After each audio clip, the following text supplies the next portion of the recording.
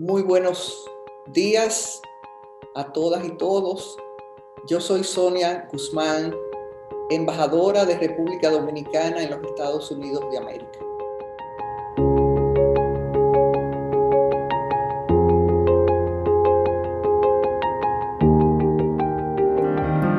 Yo fui en el año 1978 la primera mujer que ostentó el cargo de vicerrectora académica en una universidad de la República Dominicana. De manera que, siendo muy joven, se me entregó ese reto de ser la primera mujer y para mí fue inmensamente agradable, pero también de una responsabilidad muy grande.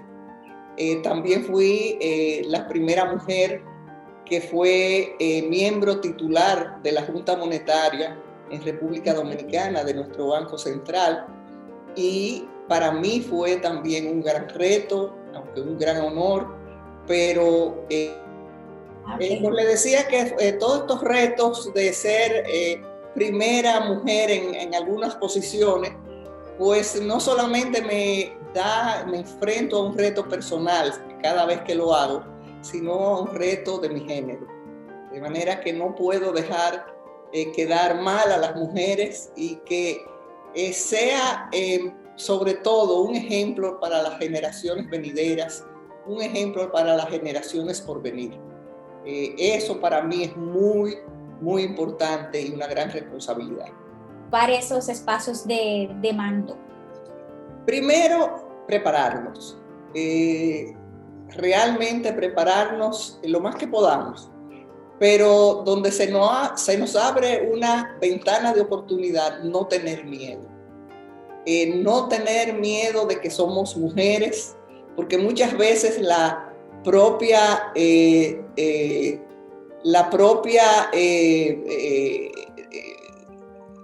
propio desprecio no quiero decir, pero la propia diferencia la hacemos nosotras mismas. Cuando tenemos miedo decimos, ay, pero que yo soy mujer, que cómo lo voy a hacer con tantos hombres.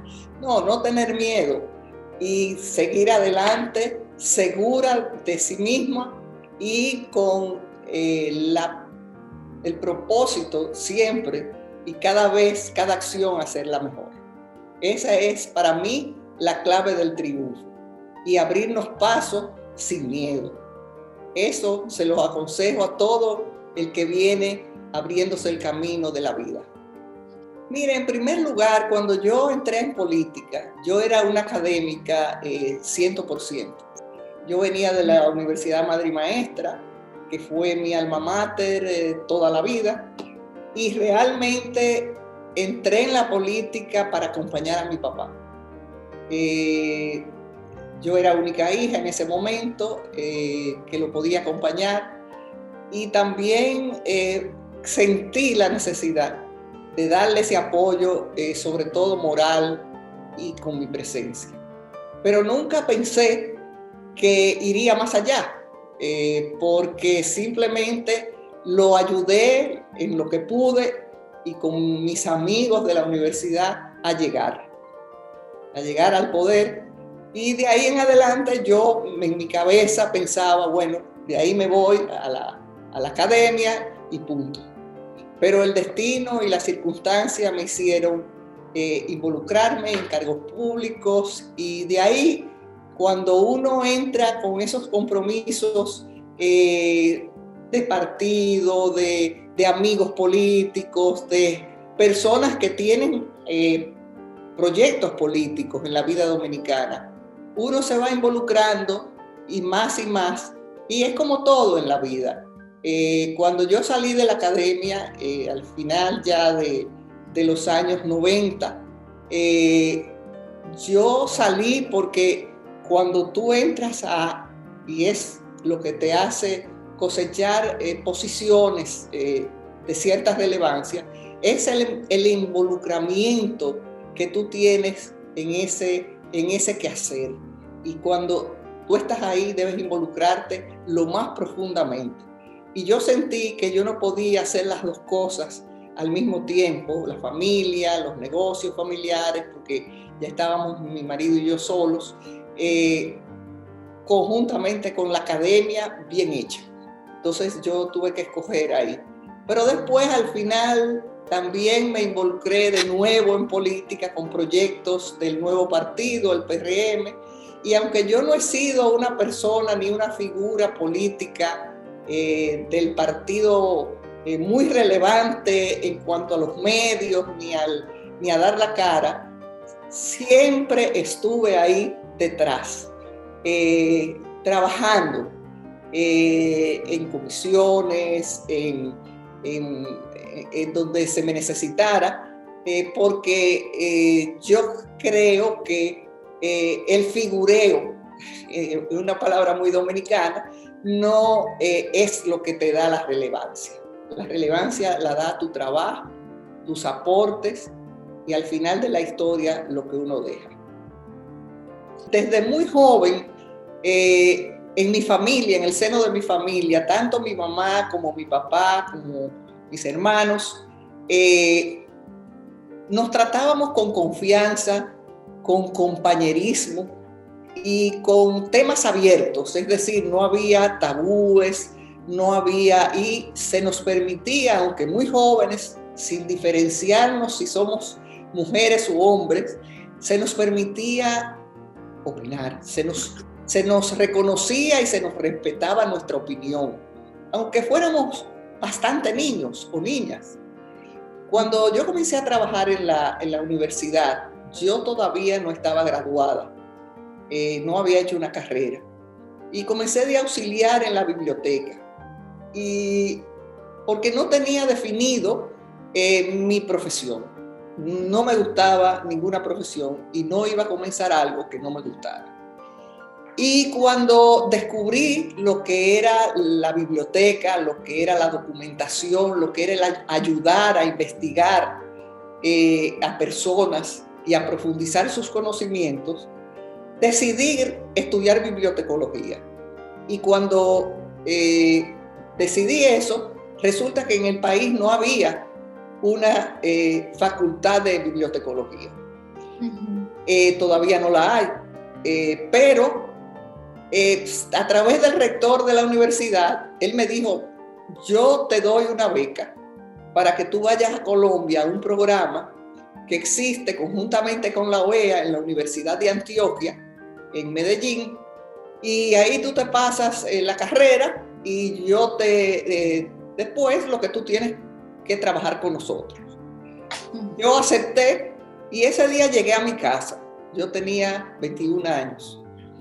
Y me senté en la mesa a almorzar con mi mamá y mi papá, que eran los que estábamos presentes en esa ocasión. Mi hermano estudiaba afuera.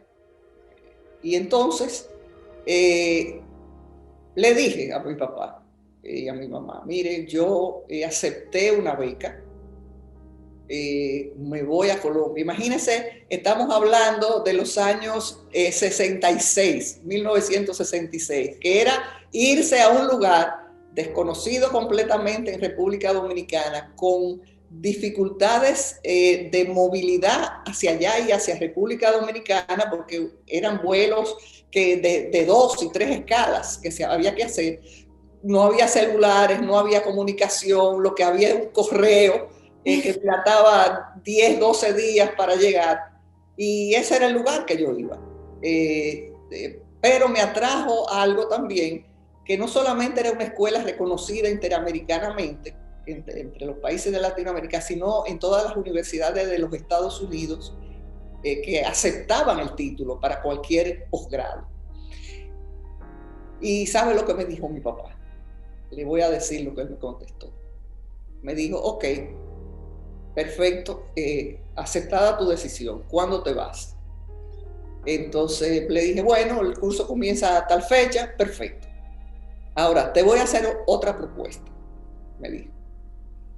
Te voy a pagar, ¿cuánto te va a pagar la beca? Yo le dije $125, era lo que la beca daba. Dice, yo te voy a dar $125 mensuales para que estudie con mis recursos y no aceptes la beca. ¿Sabes por qué? Digo, no.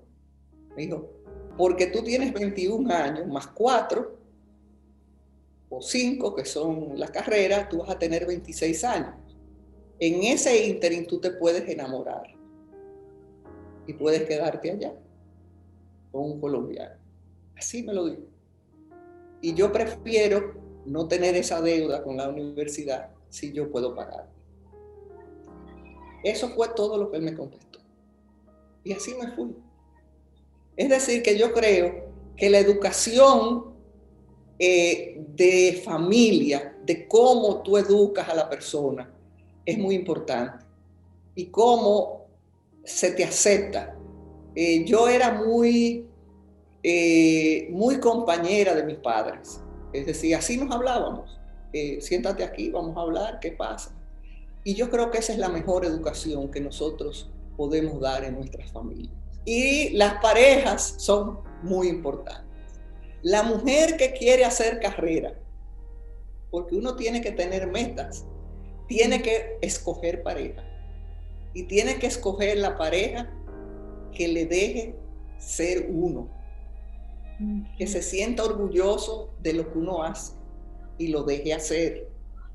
Igualmente viceversa, porque es un camino de 2 vías. Y usted también se siente orgulloso y lo acompaña. Y tengo muchas anécdotas. Cuando me propusieron en la universidad hacer una maestría fuera del país, yo le dije sí, pero mi marido quisiera hacerla igual también. Entonces nos fuimos los dos. Es decir, nos acompañábamos, nos dábamos ánimo, nos queríamos, pero también nos sentíamos orgullosos de los logros. Y el logro de uno es el logro del otro. Así que esa es la única forma que la mujer y el hombre pueden llegar. Yo tengo ahora mismo la gran responsabilidad de restablecer los lazos más estrechos posible entre República Dominicana y Estados Unidos. Usted sabe que Estados Unidos somos para Estados Unidos el quinto país más importante de flujo comercial en América.